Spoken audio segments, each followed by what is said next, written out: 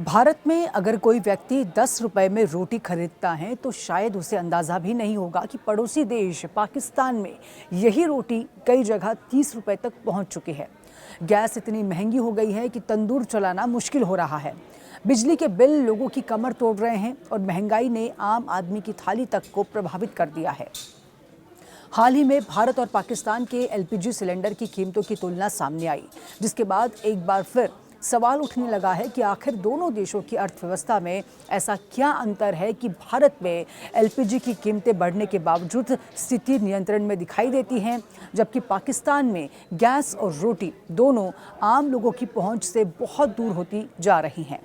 आज हम सिर्फ सिलेंडर की कीमतों की बात नहीं करेंगे, बल्कि समझेंगे कि पाकिस्तान में महंगाई की असली वजह क्या है, रोटी 30 रुपए तक कैसे पहुंच गई हैं और आखिर भारत इस स्थिति से कितना अलग है। नमस्कार, बहुत बहुत स्वागत है न्यूज़ 18 इंडिया पर। मैं हूं आपके साथ सुरभि शिरपुरकर। जब किसी देश की अर्थव्यवस्था कमज़ोर होने लगती है तो उसका असर सबसे पहले आम आदमी की रसोई में दिखाई देता है। शेयर बाजार के आंकड़े, विदेशी निवेश या फिर जीडीपी की रिपोर्ट बाद में आती हैं, लेकिन घर की रसोई सबसे पहले बता देती है कि देश की आर्थिक स्थिति कैसी है। पाकिस्तान की मौजूदा स्थिति भी कुछ ऐसी ही है। पिछले कुछ वर्षों में पाकिस्तान लगातार आर्थिक संकट, विदेशी कर्ज, मुद्रा अवमूल्यन और महंगाई के दबाव से जूझ रहा है। आज हालात ऐसे हैं कि लोगों के लिए रोज़मर्रा की ज़रूरतों का पूरा जो सामान होता है या फिर इन ज़रूरतों को पूरा करना भी मुश्किल होता जा रहा है। दरअसल पाकिस्तान की सबसे बड़ी समस्या उसकी कमज़ोर होती मुद्रा और डॉलर की कमी है। पाकिस्तान अपनी ज़रूरत का बड़ा हिस्सा आयात करता है, चाहे कच्चा तेल हो, गैस हो या फिर कई अन्य आवश्यक वस्तुएं। इन सब की खरीद डॉलर में होती हैं, लेकिन जब किसी देश के पास पर्याप्त विदेशी मुद्रा भंडार नहीं होता तो आयात महंगा हो जाता है। पाकिस्तान लंबे समय से इसी संकट का सामना कर रहा है। डॉलर के मुकाबले पाकिस्तानी रुपए की कीमत लगातार गिरती रही है और इसका सीधा असर गैस, पेट्रोल, डीजल और खाद्य पदार्थों की कीमतों पर भी पड़ा है। एलपीजी की कीमतों को समझने के लिए ये जानना ज़रूरी है कि गैस केवल घरों में खाना बनाने के लिए ही इस्तेमाल नहीं होती। पाकिस्तान में हज़ारों तंदूर गैस पर चलते हैं। लाखों लोग हर दिन बाज़ार से तंदूरी रोटी और नान खरीद कर खाते हैं। जब गैस महंगी होती है तो तंदूर मालिकों की लागत भी बढ़ जाती है। गैस के बढ़े हुए खर्चे को वे रोटी की कीमत बढ़ाकर ग्राहकों से वसूलते हैं। यही कारण है कि पाकिस्तान के कई इलाकों में एक साधारण तंदूरी रोटी की कीमत 30 रुपए तक पहुंच गई है। सोचिए, जिस रोटी को एक गरीब मजदूर दिन में कई बार खरीदता है, उसकी कीमत में इतनी वृद्धि का उसकी आय पर कितना बड़ा असर पड़ता होगा। लेकिन सिर्फ गैस की जिम्मेदारी नहीं है। पाकिस्तान में गेहूं और आटे की कीमतें भी लगातार बढ़ रही हैं। किसानों के लिए खेती करना महंगा हो गया है, क्योंकि डीजल महंगा है, खाद महंगी और अब बिजली का खर्च भी बढ़ चुका है।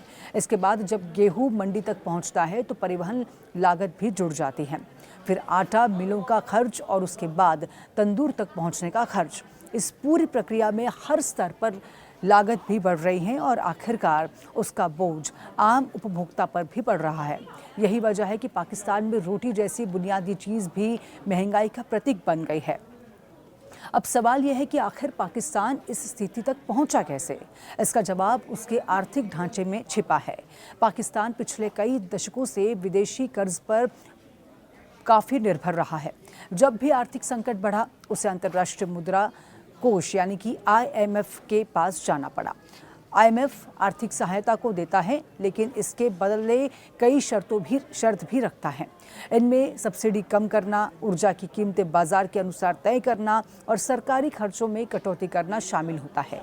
परिणाम ये होता है कि सरकार लोगों को सस्ती गैस और बिजली देने में सक्षम नहीं रह जाती है और कीमतों पर भी बोझ सीधे जनता पर आ जाता है।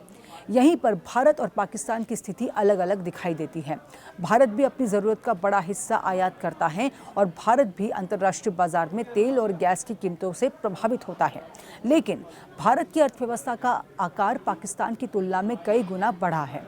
भारत के पास मजबूत विदेशी मुद्रा भंडार है, बड़ा घरेलू बाजार है और सरकार के पास राजस्व जुटाने के कई स्रोत हैं। यही कारण है कि वैश्विक कीमतों में बढ़ोतरी का पूरा बोझ सीधे आम उपभोक्ताओं पर नहीं डाला जाता।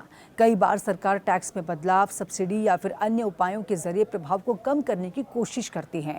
हालांकि इसका मतलब ये नहीं है कि भारत पूरी तरह से सुरक्षित है। अगर पश्चिम एशिया में तनाव बढ़ता है तो कच्चे तेल और गैस की कीमतें तेजी से बढ़ती हैं या फिर वैश्विक सप्लाई चेन प्रभावित होती हैं तो भारत में भी एलपीजी और ईंधन की कीमतों पर दबाव बढ़ सकता है और ये दबाव कहीं ना कहीं देखा भी जा रहा है।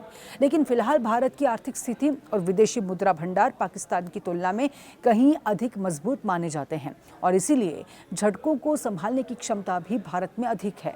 दरअसल भारत और पाकिस्तान के बीच एलपीजी सिलेंडर या फिर रोटी की कीमतों की तुलना केवल महंगाई की कहानी नहीं है, ये दो अलग अलग आर्थिक व्यवस्थाओं की कहानी है।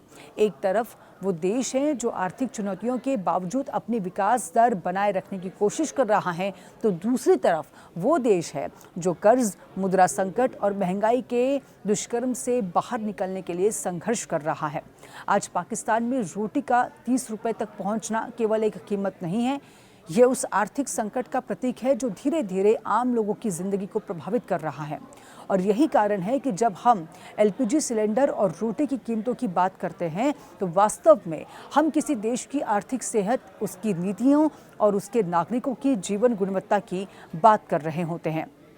एक रोटी की कीमत कभी सिर्फ रोटी की कीमत नहीं होती, उसके पीछे छिपी होती हैं गैस की कीमत, बिजली का बिल, डॉलर की स्थिति, सरकारी नीतियां और पूरी अर्थव्यवस्था की कहानी। पाकिस्तान में 30 रुपए की रोटी और महंगा एलपीजी सिलेंडर इसी कहानी का एक बड़ा हिस्सा है। सवाल यह है कि क्या पाकिस्तान इस संकट से बाहर निकल पाएगा या फिर आने वाले दिनों में महंगाई आम लोगों की मुश्किलें और भी बढ़ाएगी। यही सवाल जिस पर पूरी दुनिया की नज़रें बनी हुई हैं।